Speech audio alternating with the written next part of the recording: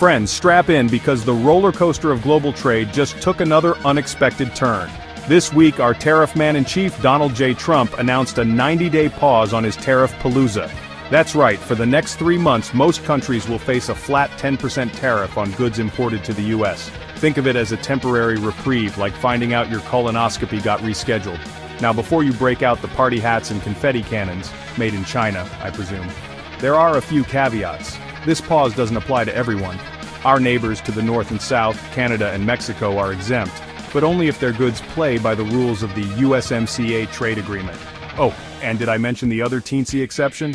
Those pesky sector-specific tariffs on things like steel, aluminum, and cars? Yeah, those are still in play like a persistent rash you just can't seem to shake.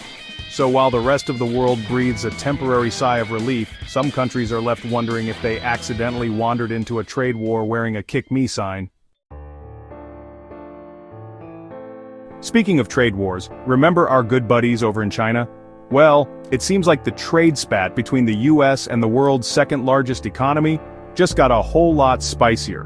While most countries are getting a 90-day timeout from the tariff storm, China's been sent straight to detention. Instead of a timeout, they're getting hit with a tariff increase, from a hefty 104% to a whopping 125%. That's right, folks, we're talking about tariffs higher than Snoop Dogg at a Willie Nelson concert.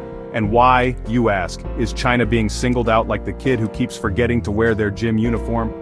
Well, according to the tariff man himself, it's all about respect. Or rather, China's supposed lack of it when it comes to playing by the rules of the global market.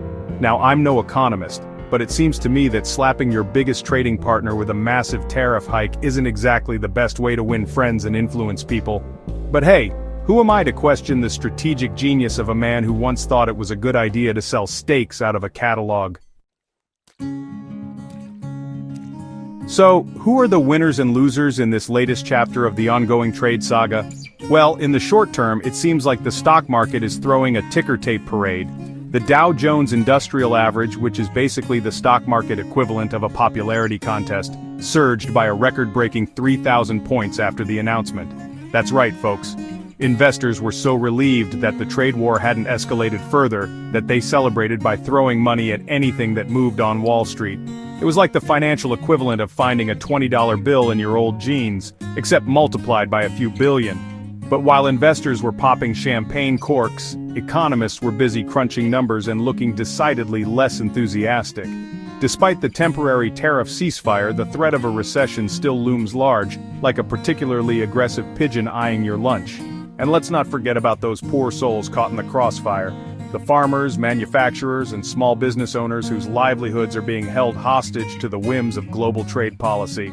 They're the ones left wondering whether to invest in a new tractor or a bankruptcy lawyer. So what does the future hold for US trade policy? Will this 90-day pause be the start of a beautiful friendship, or just a temporary truce in a long and costly trade war? The answer, my friends, is about as clear as a glass of orange juice after Donald Trump's had his way with it.